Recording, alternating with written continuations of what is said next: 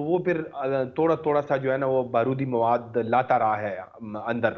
تو اس طرح مطلب یہ وہاں پہ رہا ہے، اور تقریباً 10 سے 12 کلو گرام جو ہے نا بارودی مواد کی وہ بات کر رہا ہے کہ جو ہے نا اس میں استعمال ہوا ہے.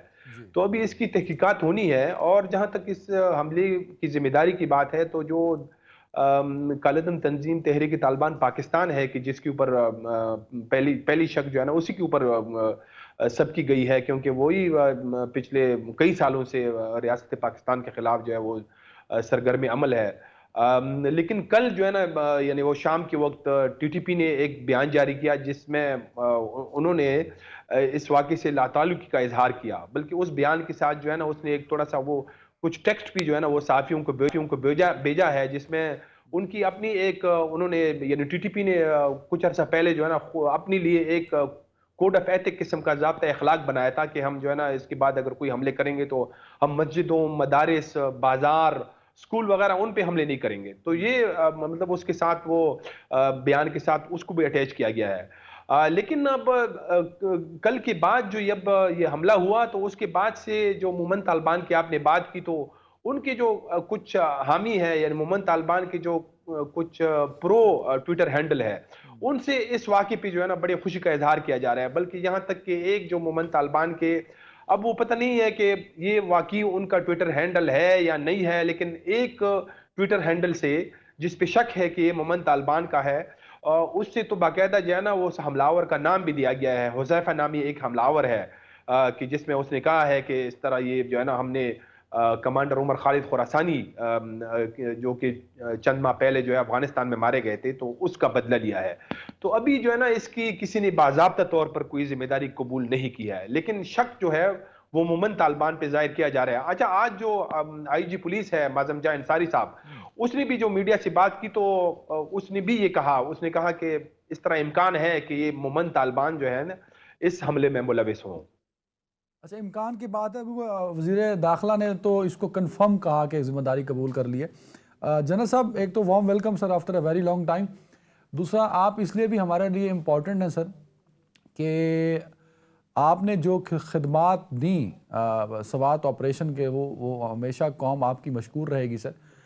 کہیں نہ کہیں ٹی ٹی پی اور جو یہ جو ٹیررسٹ گروپ ہیں جو پاکستان اور ریاست پاکستان کے خلاف کام کر رہے ہیں ان کا کہیں نہ کہیں ایک لنک آپ کے اس سوات ایریے سے اور اس آپریشن سے جا کے جڑتا ہے. یہ بتائیے، جو بار بار ایک بات ہو رہی ہے اور آج خواجہ آصف صاحب نے بھی کہا کہ عمران خان صاحب نے بڑی غلطیاں کی، ان کو گھر آباد کرنے کا کہا اور مذاکرات کی بڑی غلطی ہوئی، تحقیقات ہونی چاہیے. تو کیا ان کو مذاکرات کی ٹیبل پہ لانا، خاص طور پہ ٹی ٹی پی کو، کیونکہ ٹی ٹی پی نے تو ڈینائی کر دیا کہ انہوں نے یہ اٹیک نہیں کیا، تو اس کانٹیکس میں بتائیے گا سر. اور یہ جو اب ایک نئی دہشت گردی کی لہر آ رہی ہے، اس کے لیے پھر ہم کسی اور آپریشن کے منتظر ہیں؟ کیونکہ نیشنل سیکیورٹی میں تو یہ بات ہو گئی کہ ایک آپریشن باضابطہ کیا جائے گا، جیسے ضرب عضب ہوا تھا یا رد الفساد ہوا تھا، اس طرح کا کوئی دوبارہ آپریشن کی تیاری ہو سکتی ہے سر؟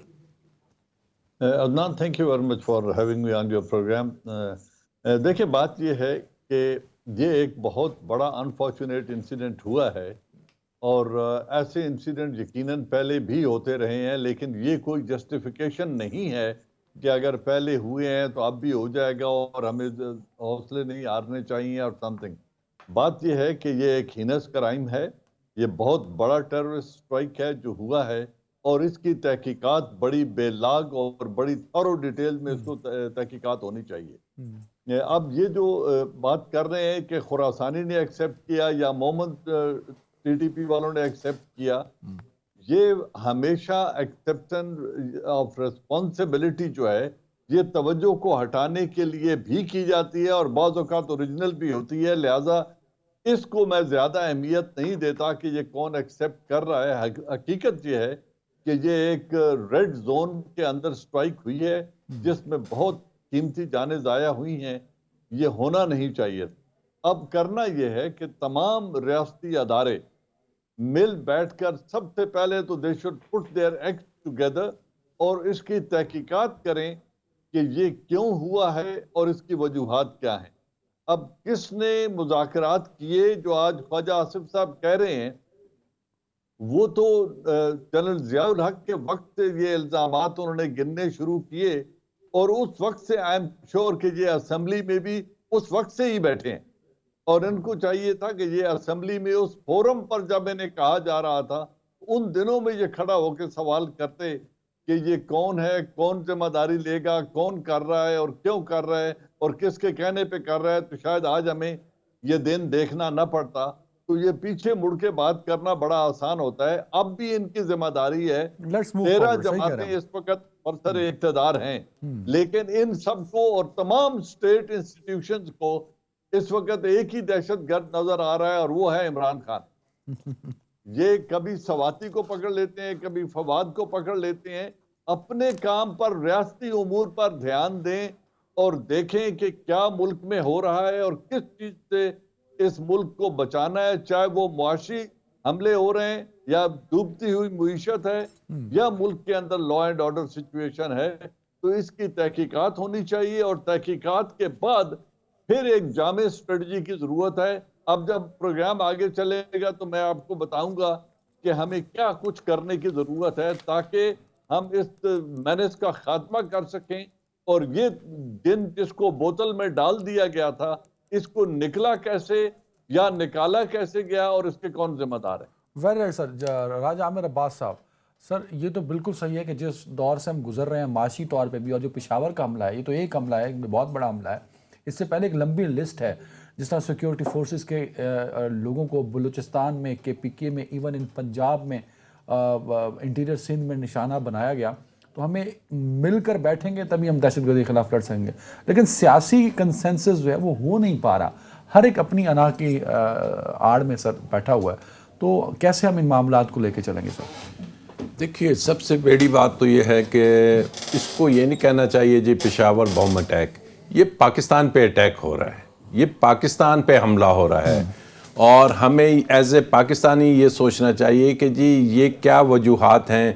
آج مجھے اس پہ اسمبلی کے فلور پہ بڑی تقریریں نظر آئیں. کیا یہ مسئلہ میں سمجھتا ہوں آپ کے انٹیریئر منسٹر سے زیادہ, کیا یہ فورن منسٹر کا مسئلہ نہیں ہے؟ کیا اس میں ہم یہ نہیں دیکھتے کہ جناب یہ کیا کچھ ہو رہا ہے ہمارے افغانستان کے تعلقات اور ہماری فورن پالیسی اور ہماری کیپیبلٹیز؟ اب مجھے نہیں پتا کہ فورن منسٹر صاحب کی پہلے بھی ایک آدھ دفعہ جو وہ ہوا تھا, کیا ان کو یہ جتنے آپ نے گروپس کے نام لیے ہیں کیا ان کے فنگر ٹپس پہ ہیں یہ تمام گروپس؟ کیا ان کے علم میں ہوگا کہ جی یہ کہاں کہاں ڈائیلاگز ہو رہے ہیں؟ Are we prepared? کیا ہم ڈائیلاگز اب نہیں ہو رہے سر, وہ تو عمران خان صاحب کے ٹائم میں ہوئے تھے نا. مطلب ان سے بات چیت جو ہوئی ہے, کیا ان کی کیپیبلٹیز, یہ آپ کیسے ایکسپیکٹ کر سکتے ہیں کہ جی ہمیں ایک قوم, بڑا آسانی سے بات کر دی جاتی ہے کہ جناب یہ ایک ثانیہ ہو گیا, بڑے سوالیہ نشان ہیں. سوالیہ نشان ہمارے سامنے تھے سر, اس دھماکے کے بعد نہیں اٹھ رہے. یہ سوالیہ نشان پچھلے 8 مہینوں سے آپ کو نظر آ رہے ہیں. یہ آپ کو یاد ہوگا کہ جناب وہاں پہ شور و غاں ہو رہا ہے, لوگ کہہ رہے ہیں کہ جی یہ لوگ کیوں آ رہے ہیں, یہ اسلحہ کہاں سے آ رہا ہے. پھر آپ کے کیا ڈائیلاگز چل رہے ہیں افغان طالبان سے؟ کیا افغان طالبان کے ہاں جو وہاں پہ موجود گروپس ہیں افغانستان میں, ان کے لیے آپ کیا ایک قومی سطح پہ ان سے بات چیت کر رہے ہیں کہ جناب ان گروپس کے بارے میں کیا کیا جا رہا ہے؟ ہم تو بزی ہیں, جیسے جنرل صاحب نے کہا کہ جی یہاں پہ دہشت گرد لوگوں کو قرار دینے کے لیے اس ملک کی جو بڑی پارٹی ہے اس کے پیچھے ہم یہ لگے ہوئے کہ جناب اصل مسئلہ عوام کا کہ جی کسی طریقے سے الیکشن ڈیلے ہونا ہے, الیکشن ہونا ہے نہیں ہونا ہے, پنجاب کا سی ایم کون ہونا ہے. یہ دیکھیے ہم اب بھی وقت ہے عدنان, اب بھی وقت ہے کہ ہم سنبھل جائیں. یقین کریں کہ اگر ہم نہیں سنبھلتے, ہم ایک جو نیچرل کورس کو اور ایک قومی کورس کو اڈاپٹ نہیں کرتے, تو پھر ہم پوائنٹ آف نو ریٹرن پہ ایسی جگہ پہ آ جائیں گے کہ جہاں پہ یہ باتیں کرنی بھی فضول ہوں گی, جہاں پہ ہم نکلنا چاہتے بھی ہوں تو یقین کریں گے نہیں نکل سکیں گے. رفت بھائی, خواجہ آصف صاحب نے کہا فلور کے اوپر کہ ان کے پاس فگرز ہیں اور کنفرم فگرز ہیں کہ 4.5 لاکھ افغانی پاکستان آئے اور واپس نہیں گئے سر. تو وہ ان کو جسٹیفائی بھی کر رہے تھے کہ ہم اس میں سے کیسے جج کر سکتے ہیں کون دہشت گردوں کا فیسیلیٹیٹر ہے اور کون نہیں. جو افغانستان ہے ودرال کے بعد ہمارے لیے ایک بڑا ہاٹ سپاٹ ہے سر. ہمیں کیسے ہینڈل کرنا ہے اس ساری چیزوں کو, کیونکہ ٹی ٹی اے یا طالبان کی حکومت ہمارے مطالبات اور باتیں ماننے کو تیار نہیں ہے, یہ آپ بھی جانتے ہیں سر. دیکھیں یہ تو اگر ہم تھوڑا سا اس کا تناظر دیکھیں تو 15 اگست 2021 کو جب امارت اسلامی کی حکومت وہاں پہ قائم ہوئی, انہوں نے کابل پہ قبضہ کیا, افغان طالبان نے، تو ادھر پاکستان میں تو بڑے شادیانے بجائے گئے. یہاں پہ تو جیسے ایک جشن کی کیفیت تھی کہ اب جو ہے نا وہ عمران خان صاحب کے وہ بیانات بھی آپ کو یاد ہوں گے کہ وہ غلامی کی زنجیریں توڑ دی ہیں. اب آپ دیکھیں کہ اب جو ہے نا یہ ہمارے سارے مسئلے حل ہو گئے. NDS کا وہاں سے خاتمہ ہو گیا ہے، وہاں سے را کا خاتمہ ہو گیا ہے، وہاں سے باقی جو انٹیلیجنس ایجنسیاں ان کا خاتمہ ہو گیا ہے. تو بڑی جو ہے نا یہاں پہ، حالانکہ ہم اس وقت بھی، میرے شوز جو ہے نا وہ ریکارڈ پہ ہیں کہ ہم اس وقت بھی کہتے تھے کہ دیکھیں اب یہ تم لوگ ہوش کے ناخن لو، اب اگر افغان طالبان وہاں پہ آتے ہیں تو TTP کی طاقت میں اضافہ ہوگا. لیکن اب پھر اس کے بعد ہم نے دیکھا کہ مسلسل جو ہے تقریباً یہ 1.5 سال میں TTP کے حملے جو ہے ان میں اضافہ ہوتا رہا. اور میرے خیال میں آپ کو جو ہے نا وہ ڈیٹیل بھی بتا سکتا ہوں کہ پچھلے تقریباً کوئی 15-20 سالوں میں جب وہاں پہ افغانستان کے اندر ڈاکٹر اشرف غنی اور جو حامد کرزئی صاحب کی حکومت تھی، تو اس کے دور میں بھی اتنے زیادہ حملے جو ہے نا پاکستان کے اندر نہیں ہوئے تھے جو جب افغان طالبان آئے اس کے بعد پاکستان کے اندر ہوئے. تو یہ جو ہے نا پھر بالکل یعنی یہاں پہ ان کی جو ریڈنگ تھی وہ بالکل الٹ ثابت ہوئی. اب آپ دیکھیں کہ اس کے بعد پھر مذاکرات کا سلسلہ بھی شروع ہوا، ان کے ساتھ مذاکرات کیے گئے. مذاکرات میں بھی جو ہے نا ایک شروع میں جو ہے نا وہ ایک پروسیس شروع ہوا 2021 نومبر میں. وہ 1 مہینہ جو ہے نا وہ چلا، لیکن اس پہ بھی ٹی ٹی پی نے جو اعتماد سازی کے لیے کچھ ان سے وعدے کیے گئے تھے، جیسے ان کی قیدی تھے کوئی 100 کے قریب، وہ رہا نہیں ہوئے تو فوراً جو ہے نا انہوں نے وہ سلسلہ معطل کیا. لیکن پھر جو ہے نا ریزن تھے سر، جی لیکن ٹاپ اس میں یہی تھا. تو پھر 1-2 مہینوں کے بعد پھر مذاکرات شروع ہوئے، اور وہ مذاکرات جو ہے نا وہ تقریباً کوئی 4 مہینے تک، جو تقریباً 3-4.5 مہینے تک جو TTP نے جنگ بندی کی. اور پھر وہ جب کچھ مطالبات تھے اس پہ جو ہے نا وہ ڈیڈ لاک پیدا ہوا. اس دوران جو ہے نا واٹ از دا سولوشن رفعت بھائی right now, what is the solution? کیونکہ یہ سارے تو فیکٹس ہیں جس پر آپ بات کر رہے ہیں. سولوشن تو یہ ہے کہ دیکھیں اب ہم نے جو ہے نا افغانستان کے ساتھ اس مسئلے کو اٹھانا ہے. لیکن اب تو وہ جو افغانستان، اس وقت افغانستان کے ساتھ بھی ہمارے جو معاملات ہیں وہ بھی کچھ جو ہے نا اچھے نہیں جا رہے ہیں نا. تو حالیہ دنوں میں جو سرحد پہ کچھ ایسے واقعات ہوئے، تو یہ جو ہمارا مطلب وہ جو ایک اخلاقی لیول ہے وہ بھی شاید افغان طالبان وہاں سے کہتے ہیں کہ ہمارے ساتھ بھی دھوکے ہوئے، ان کے اپنے مسائل ہیں. جنرل صاحب ویسے سوال پوچھتا ہوں، مجھے بڑی تکلیف ہو رہی ہے کہ مجھے اچھا لگتا تھا کہ پہلے ہم سوال پوچھتا تھا صرف ہندوستان کی طرف سے، اب سوال افغانستان کی طرف سے پوچھتے ہوئے بھی عجیب سی تکلیف ہوتی ہے. میں اسی کو کنٹینیو کر رہے ہیں جو رفعت بھائی نے کہا. ایک چیز میں ایڈ کر رہا ہوں، جن دنوں پاکستان کی اپوزیشن اور حکومتی لوگ شادیانے بجا رہے تھے، ٹویٹ کر رہے تھے اور جشن منا رہے تھے، ان دنوں رفعت اللہ اورکزئی، عدنان حیدر اور کئی اور صحافی کابل میں اپنے آپ کو پاکستانی نہیں بتا سکتے تھے. رفعت بھائی بھی واپس آ گئے، میں بھی واپس آ گیا، اور جتنا عرصہ رہا ہم پہ سختی تھی کہ باہر یہ نہیں دسنا کہ تسی پاکستانی ہو، مطلب اتنی سختی تھی. عادل شاہزیب ہے، امیر عباس ہے، وہ اپنے چینل کے لوگو اتار کے سر وہ لوگوں کے شاٹ لیتے تھے کہ وی آر انڈینز. تو مطلب یہ کامنٹ کیجئے کہ ہم یہاں شادیانے بجا رہے تھے، اسی دنوں میں پاکستانی صحافی وہاں اپنے آپ کو انڈینز کہہ رہے تھے، یا رفعت اور میری طرح واپس آگے کہ کوئی مار نہ دے ہمیں. سر عدنان، اس پہ تو میں ایک مختصر کامنٹ پہ بات اس کو تو ختم کروں گا، لیکن پھر آتے ہیں اس سوال کی طرف جو آپ کر رہے ہیں. کیا جو ایمریٹس میں کرکٹ میچ ہوا تھا اس کے بعد آپ نے نفرت اور ہیٹریڈ کا جو ایک ڈسپلے دیکھا تھا لندن میں جب ہم نے یہ میچ کھیلا تھا، اس وقت آپ نے لندن کی گلیوں میں جو ہنگامہ آرائی ہوئی اور جو ٹریٹمنٹ پاکستانیوں کے ساتھ افغانیوں نے کیا وہ نہیں دیکھا تھا. لیکن دیکھنے کی بات یہ ہے کہ وہ افغان 40 لاکھ کے قریب یا 50 لاکھ جن کو ہم نے 20 برس سے رکھا ہوا ہے، اتنی بڑی ہاسپٹیلٹی کے بعد جہاں وہ ٹریڈ کرتے ہیں، جہاں تعلیم کے لیے آتے ہیں، کاروبار کے لیے آتے ہیں، علاج کے لیے آتے ہیں، ان کے خلاف اتنی نفرت ہے کیوں؟ یہ تو نفرت ہے، اس میں کوئی شک نہیں ہے. لیکن اب میں آتا ہوں آپ کے سوال کی طرف کہ کرنا کیا ہے. بھائی یہ قصے بہت ہو گئے، بہت حملے ہو گئے، گن بھی بہت لیے. اب بات دیکھنے کی یہ ہے کہ ہماری نیشنل افغان پالیسی ہے کیا؟ اگر آپ مجھ سے سوال کریں تو مجھے اس کا کوئی پتہ نہیں ہے کہ نیشنل افغان پالیسی کیا ہے پاکستان کی. ہم نے افغانستان کے ساتھ کون سے نو گو ایریاز ہیں، کون سے گو ایریاز ہیں، ہم نے ان کے ساتھ تعلقات کیسے رکھنے ہیں. ان کے دوسری پالیسی ہم نے دیکھنی ہے کہ یہ جو افغان ریفیوجیز جن کو ہم رکھ کے بیٹھے ہوئے ہیں، جن کی وجہ سے تمام تر الزامات امریکہ نے ہم پر لگائے, انڈیا نے ہم پر لگائے, خود افغان ہم سے ناراض ہیں کہ جی یہ آ کر اندر حملہ آور ہوتے ہیں. ان کے بارے میں پاکستان کرنا کیا چاہتا ہے کہ یہ پاکستان کے طول و عرض میں ہر گاؤں ہر شہر میں بیٹھے ہیں, وہاں رہ رہے ہیں, کاروبار کر رہے ہیں. سیاست دانوں نے انہیں نیشنل آئیڈینٹی کارڈ بنوا کے ان کے ووٹ اپنی کانسٹیٹوئنسیز میں درج کروائے ہوئے ہیں. نادرا کے پاس یہ بہت حد تک ریکارڈ موجود ہے. اس کے اوپر ایک نیشنل کنسنسس چاہیے. 14 پولیٹیکل پارٹیاں ہیں جن میں سے 13 اقتدار میں ہیں, ایک اپوزیشن میں ہے ایک پارٹی. تو تمام جنرل صاحب قطع کلامی کی معافی, کیا ان کو نکال دیں فوراً, ملک سے باہر نکال دیں سر؟ انٹرنیشنل لاز ہیں, ڈومیسٹک لاز ہیں, میں سب کا تو پاس تو رکھنا ہے سر. یار انٹرنیشنل لاز عدنان یہ نہیں ہے کہ وہ میرے ہر گاؤں میں ہر شہر میں بیٹھ جائیں, یہاں شناختی کارڈ بنوا لیں, یہاں کے پاسپورٹ سے انٹرنیشنل ٹریول کریں.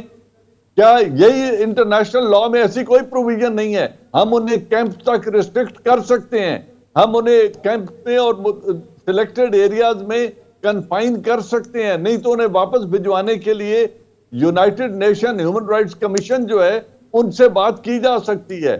ایک طرف ہم اپنے بچے مروائیں, اپنے لوگ مروائیں, دوسری طرف سے ہم پوری دنیا سے یہ الزامات سنیں کہ ہم دہشت گردی کروا رہے ہیں.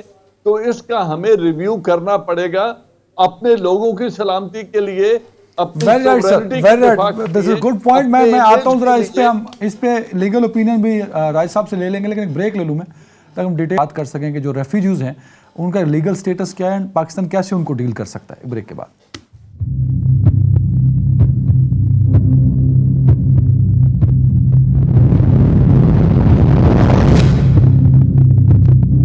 Welcome back. راجہ عامر عباس صاحب, جب بھی دہشت گردی ہوتی ہے افغانستان سے جوڑتے ہیں, پہلے وایا راؤ جوڑتے تھے, اب ڈائریکٹ جوڑتے ہیں, لیکن جب ہم مسائل حل کرنے کی بات کرتے ہیں, ایون نیشنل ایکشن پلان بھی ایک ہمارا ماضی کا حصہ ہے سر, سب سے بڑا چیلنج ہوتا ہے جس کی جنرل صاحب بات کرتے ہیں وہ ہیں وہ ریفیوجیز جو افغانستان سے آئے, وہ افغان نیشنل جو پاکستان میں ہیں. واٹ از دا سولوشن اور ان کی لیگل سٹینڈنگز کیا ہے؟ جنرل صاحب نے جو بات کی they have the national identity card of Pakistan, اگر وہ ہے then what can we do سر؟ دیکھیے جی, یہ ایک ایسا سبجیکٹ ہے عدنان کہ جب بھی دہشت گردی ہوتی ہے ہم افغانستان سے کرتے ہیں, ہم انڈیا سے کرتے ہیں. بھائی ان کا تو کام ہے نا ہمارے یہاں ڈسٹربنس پیدا کرنا. ہم جوڑیں اس کو اپنے سسٹم سے, ہم اس کو جوڑیں اپنے پارلیمنٹ سے, ہم اس کو جوڑیں. جنرل صاحب نے بات کی نیشنل افغان پالیسی سے کہ ہماری پالیسی کیا ہے, ہم اس کو جوڑیں کہ ہماری دنیا میں کیا سٹیٹس ہے ہمارے پارلیمان کا, ہمارے ہیڈ آف سٹیٹس کا, کہ جناب ایک امبیسڈر اگر امریکہ کا آتا ہے تو وہ جا کے ایک ملاقات کہیں اور کر رہا ہوتا ہے, اگر کسی اور پاور کا آئے گا تو اس کو بھی پتہ ہے کہ جی ہمارا جو پاور کوریڈور ہے وہ کون سا ہے. ہم پہلے ڈیفائن کریں کہ جی ڈیسیژنز کہاں پہ ہوتے ہیں, کیا ہمارے پارلیمان میں ہمیں جو قیادت مل رہی ہے کیا انہوں نے اسی ملک میں رہنا ہے, کیا ان کا انٹرسٹ اسی ملک کے ساتھ ہے, کیا ان کا انٹرسٹ اس ملک کی عوام کے ساتھ ہے, یا ان کا انٹرسٹ اپنی جنریشنز کے ساتھ ہے, اپنے بیرون ملک اپنے اثاثوں کے ساتھ ہے, اپنے ہولڈ کے ساتھ ہے. Sir these are very important questions. جب تک ہم اپنے آپ کو ڈیفائن نہیں کریں گے, جب ہم خود عوام ڈائریکشنز نہیں لیں گی, ہم بیٹھے ہوئے ہیں کہ جی ہمیں جی آئی ایم ایف آپ کی اگر فورن پالیسی پہ اثر انداز ہوتا ہے, اگر آپ کی ڈکٹیشن کسی اور دوست ممالک سے آتی ہے, اگر کل تک جو آپ کے دوست تھے آج آپ سے ناراض ہیں, اگر افغانستان آپ سے پوچھتا ہے کہ جی یہ کہاں سے ڈرون آ رہا ہے, یہ کیا پالیسی ہے آپ کی, sir these things need a debate in the Parliament of Pakistan. اور عوام جب تک فیصلے نہیں کریں گے اور ٹرو عوامی نمائندے اس کو ڈیسائیڈ نہیں کریں گے, آپ بھول جائیں کہ جناب بند دروازوں کے پیچھے فیصلہ ہو گیا کہ جی آج ہم یہ دوست ہیں, آپ کہہ رہے ہیں نئے الیکشن ہو, نیا سیٹ اپ آئے, نئی حکومت. سر بالکل یہی سسٹم ہے parliament. This will take time, sir. تو آپ کیا سمجھتے ہیں کہ کوئی سوئچ لگا ہوا ہے آپ آف کر دیں گے تو سب کچھ ٹھیک ہو جائے گا؟ نہیں, یہ آپ کی پالیسیز کو لے کے چلنے کا نام ہے. یہ کسی عدالتی فیصلے سے درست نہیں ہوگا, یہ کسی ایگزیکٹو فیصلے سے درست نہیں ہوگا. یہ عوامی نمائندے اور وہ عوامی نمائندے کہ جو اس زمین سے, اس مٹی سے جن کا تعلق ہے, جنہوں نے رہنا ہے, اور جو پولیٹکس اس لیے نہیں کر رہے کہ جناب ہم نے آ کے آج اس کہنے پہ ایک گروپ نے ادھر شامل ہو جانا ہے, آج ادھر شامل ہو جانا ہے، آج ہم نے یہ کون سی پارلیمنٹ ہے جس میں اپوزیشن ہے ہی نہیں؟ کہیں دنیا میں ایسی بات ہے کہ جو 130 یا 40 افراد کی یا 50 افراد کی اپوزیشن ہو؟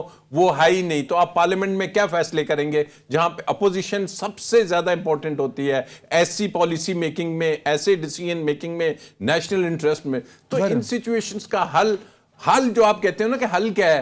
حل سر یہی ہے کہ آپ اس ملک میں عوام کو دیں اقتدار، اور عوامی امنگوں کے مطابق فیصلے ہوں گے تو ٹھیک ہے، ادروائز تو بہت مشکل سچویشن آگے نظر آ رہی ہے. رفعت اللہ اورکزئی صاحب، ایک تو یہ بتائیے کہ بہت ٹائم ہو چکا ہے لیکن ابھی تک میڈیا کو، صحافیوں کو یا پاکستان کی عوام کو، ایون پرائم منسٹر کو بھی بتایا نہیں جا رہا کہ حملہ آور کیسے وہاں پہنچا، اتنا زیادہ جو دھماکہ خیز میٹیریل تھا وہ اتنی ایکسکلوسیو جگہ پہ کیسے پہنچ گیا.